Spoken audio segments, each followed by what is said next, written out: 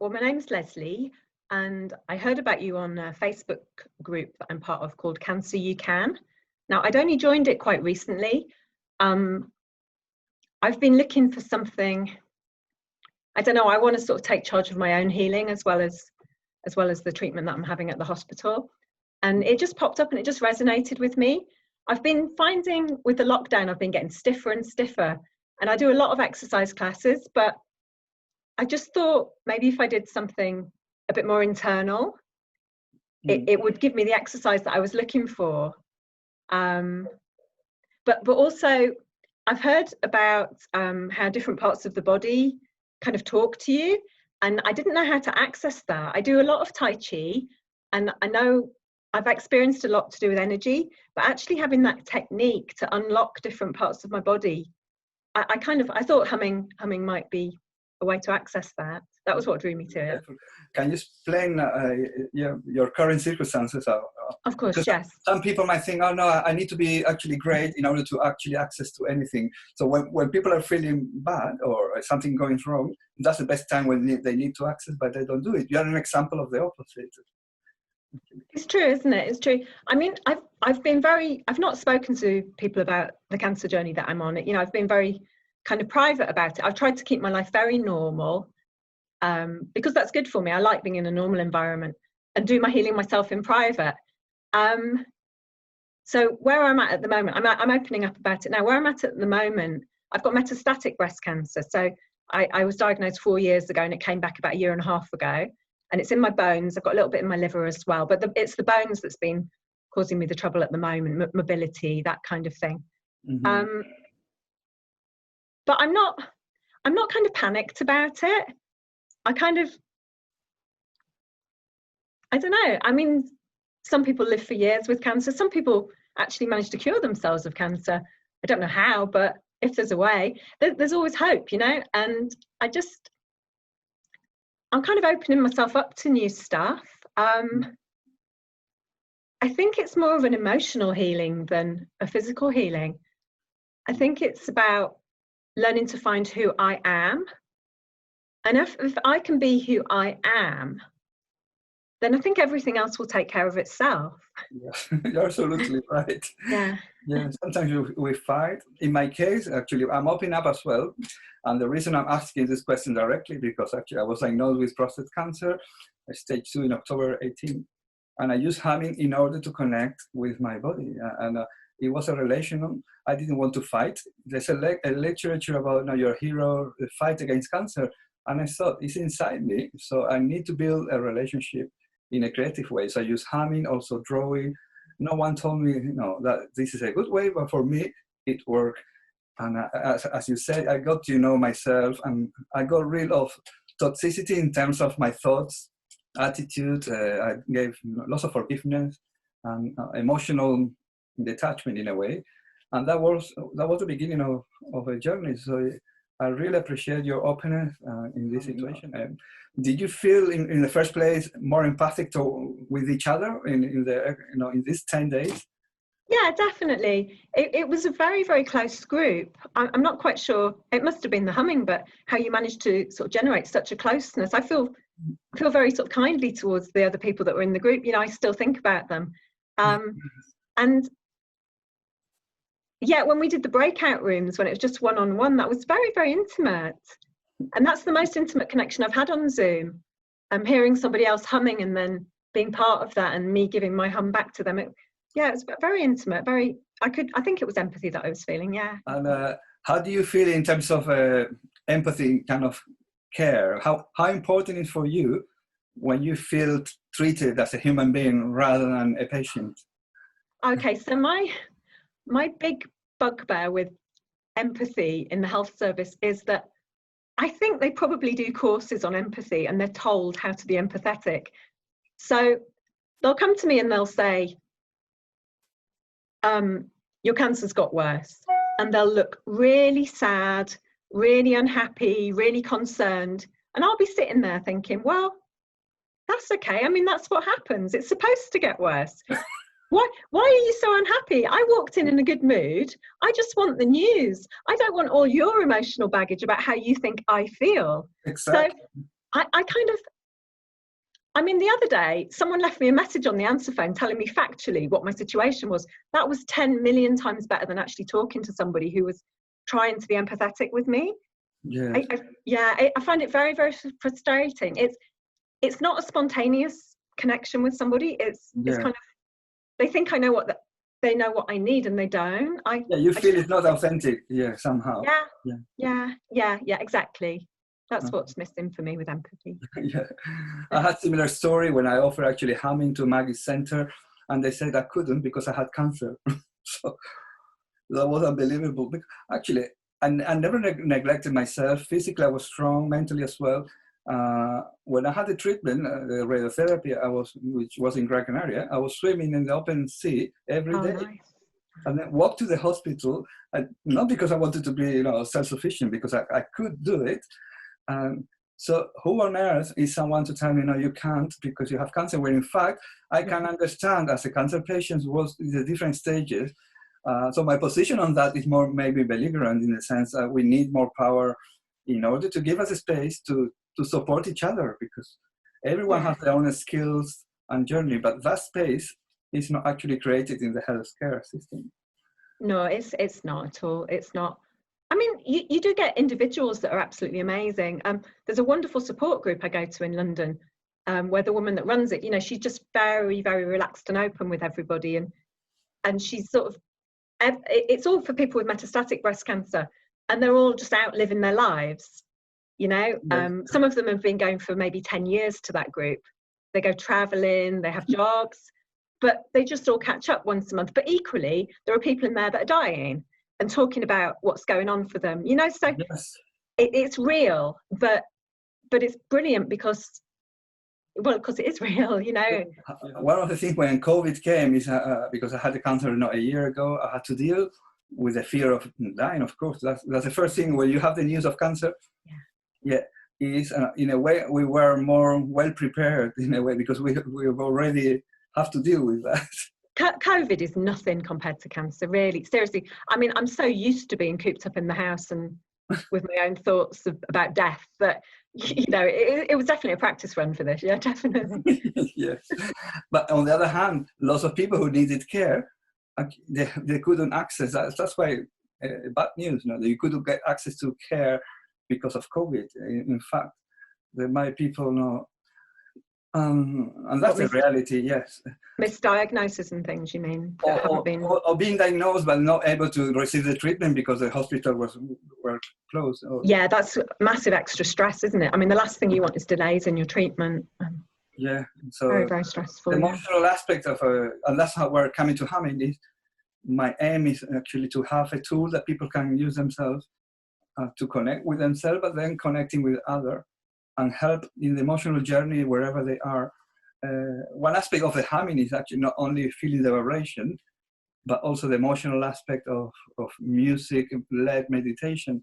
I'm not so sure about emotional. I think what I want to talk about is when we did the meditation about the tree.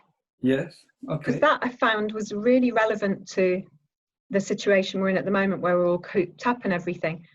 And that was very releasing for me. Because I was imagining myself or visualizing myself as a tree, and I suddenly realized how much I had to give as a tree, that I didn't have to be out in the world doing stuff and moving around.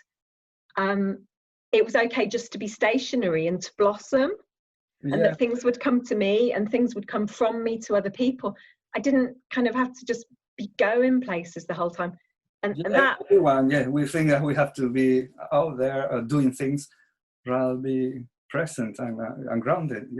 And it just made me realize that there's no point in life where you think I've not got 100% mobility, I've not got 100% me, because I'm kind of a perfectionist, and I sort of think if I'm not 100% right, there's something wrong with me and I need to sort it out and then get on with my life. But that's not true. Yes. I can be a tree that's stuck still and do loads with my life, so it's open that, I think. It's open that.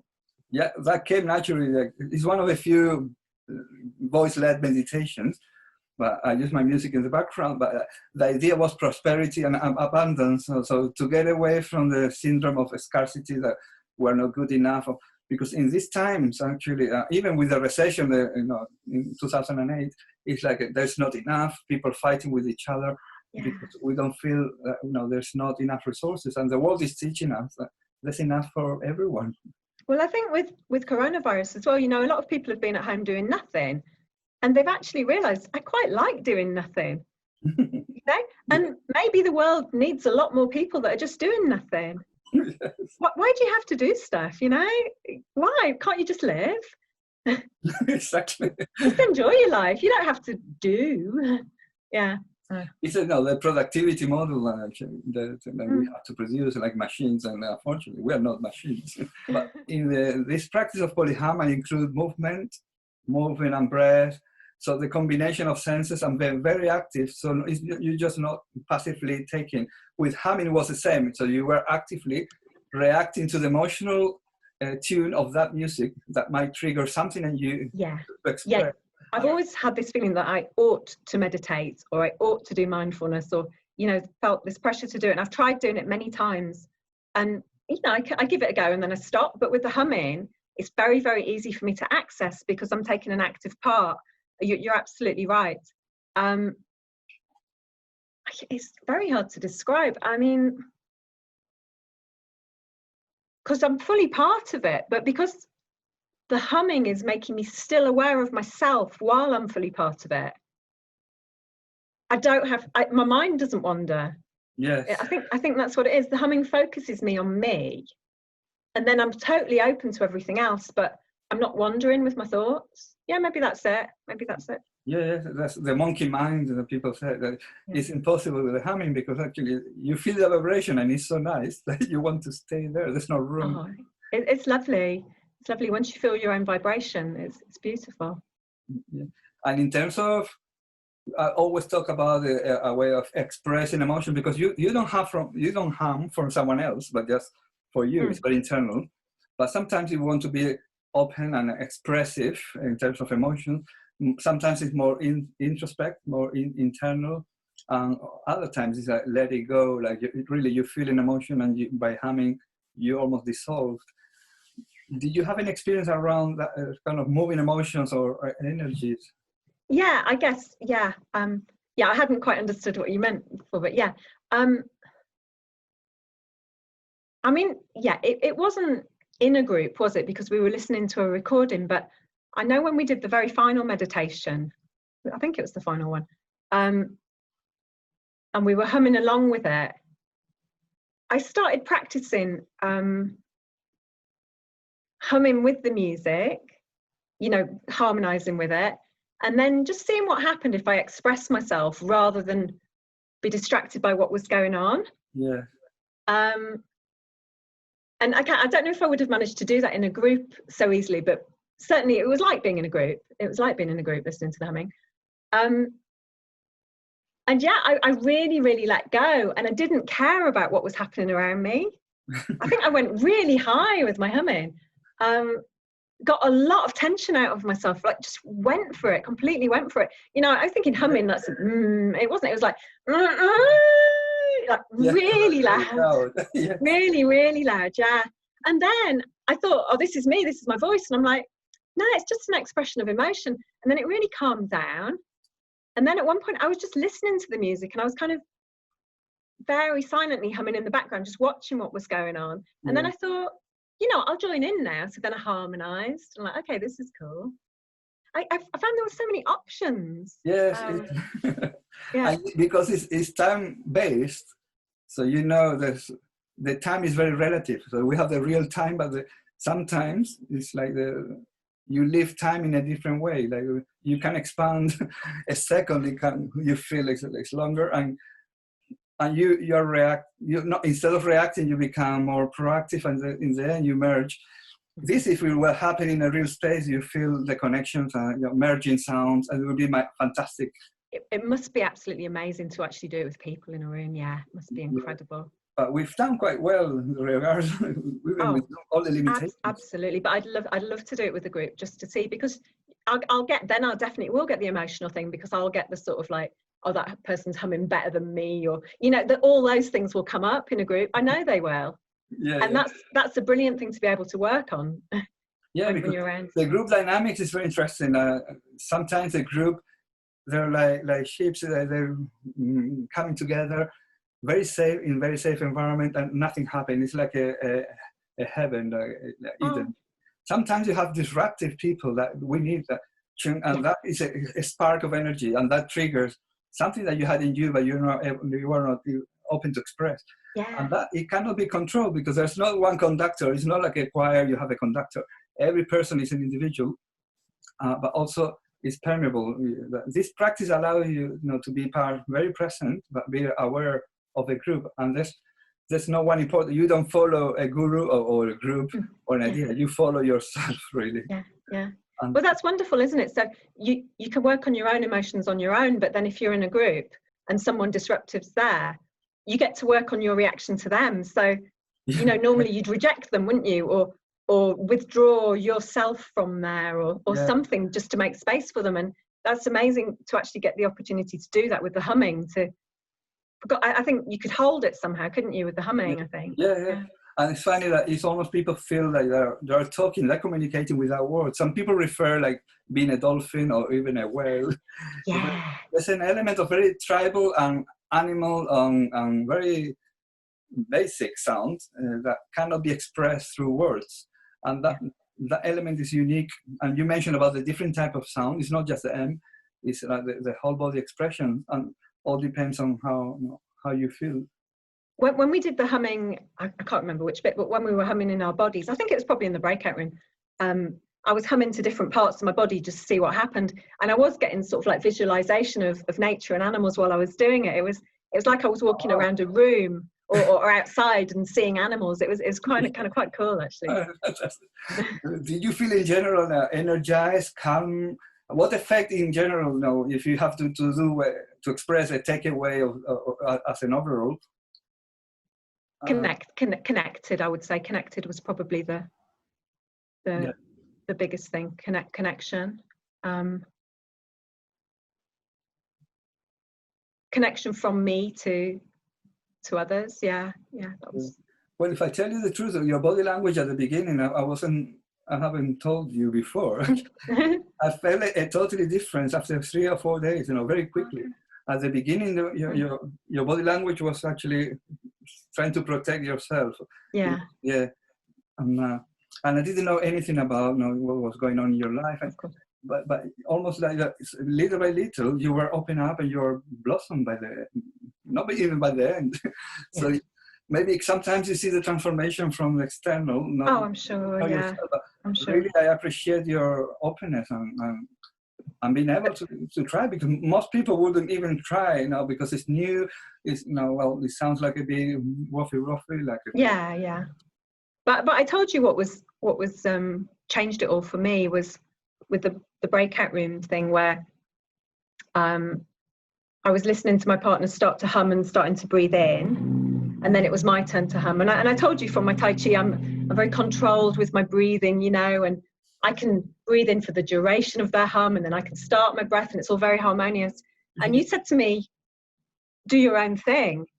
And that was like totally changed it all for me. But didn't just change the humming. I think that's actually changed me. Right. Yeah, that's amazing. Like, you don't have to harmonize. You don't have to. Yeah, exactly. You don't have to. Some people say you have to be musical. There's a blockage, not being able to listen a pitch and hum. And the idea of harmony, because for me, is more diversity and unity. First, if you have coherence between your expression and your heart, you're already good. Mm-hmm. And that doesn't mean in the Western world a harmony, because between sounds, if you think about pitch, then you think, oh my God, it's like steps. But with the humming, you can actually travel like really fluid. Mm. And it sounds okay, doesn't it? Whatever you do, it sounds okay in a way. That's what I call it, the human beings, because my first experience of humming. It sounded like a cloud of bees, like very atmospheric. And that happened in Germany, actually, when I did for the first time. And eventually everyone was humming at the end the same frequency. Like, there's a sense of humanity to be harmonious. So we want to create beauty, harmony, but the concept of harmony, that's what we need to change, because that's coming from your mind. Yes. Yeah, exactly. It's a kind of behaving, isn't it? It's a fitting in and behaving. That's what we think harmony is, and it's not. It's being yourself and trusting that you will fit into the bigger picture. Yeah, I think that's what harmony is. Exactly. But definitely, I'm using some of the things we did. I'm using the frog breathing, and I'm using the humming as well. When I felt a little bit overwhelmed with being surrounded by people, I just went off and hummed and got back to being myself again. Excellent. Some people are humming when they cook. It's becoming part of their life, or going on a bike ride. So it's really simple things. Did you do the exercise of listening to the piece of music that you feel connected? No, that was when I was lying down. Yeah. Yeah, I didn't manage. I try to see what happens, because. Yeah. So what was that? You listen to the same piece of music again and again? Basically, you make a choice of what piece of music means something to you emotionally, and it could be from the past, maybe when you were young or wherever, and then listen over and over, but not all the time paying attention. Right, I'm going to listen. Sometimes you could do. Sometimes in the background, but only that piece of music, not anything else, of one day. And then you repeat as many times as you want. People thought, oh my God, if I repeat the music I like, I'm going to hate it. That's what I was thinking. Is it going to spoil it if I play my favorite song? But you'll find that actually it's quite the opposite, because you find new things, because instead of the music, you will reconnect to that emotional, and then you will understand. So part of the exercise is just listening and see what you discover every time. One, when we pay attention, one is like when in the background, like in life, we have lots of things going on. Then when you stop, observe yourself. If you find yourself humming out of the blue a bit of that song, and what makes you feel, because that's the process of replicating. We hum only. Humming is like, the baby and mom relationship. It's a stream of love in the form of sound, energy, and vibration. So when you hum the tune, what you're doing is replicating it's almost that state of mind. When you need some comfort, or when you need, if a piece of music that you choose is really energetic, maybe when you hum is because you need energy. Right. And that's humming. And then the creativity comes, because you might start humming the song and then creating something new from there, like moving. So imagine that everything is taken away from you. And I'm lucky to be a musician. So I thought, we have a voice all the time. We talk, we can hum. It's like if you're a singer, you have an instrument with you. Same with humming, but you don't need any technique like to perform. It's very basic, breathing. And that's something you can have for life, really. And that was my point. I want to pass it on. And we keep in touch. Thank you for your honesty and being open. I think it's very important for other cancer patients. Take the stigma out and have a really talk of normality and what things are behind. Emotions are always a block. And we need professionals, of course. We need healthcare professionals, but I believe we can do much more for ourselves. So do I. You want examples of people that are living their lives and doing stuff with their lives. That's what you need. Yeah, and you're an example of that. Thank you, and obviously you are too. Thank you very much.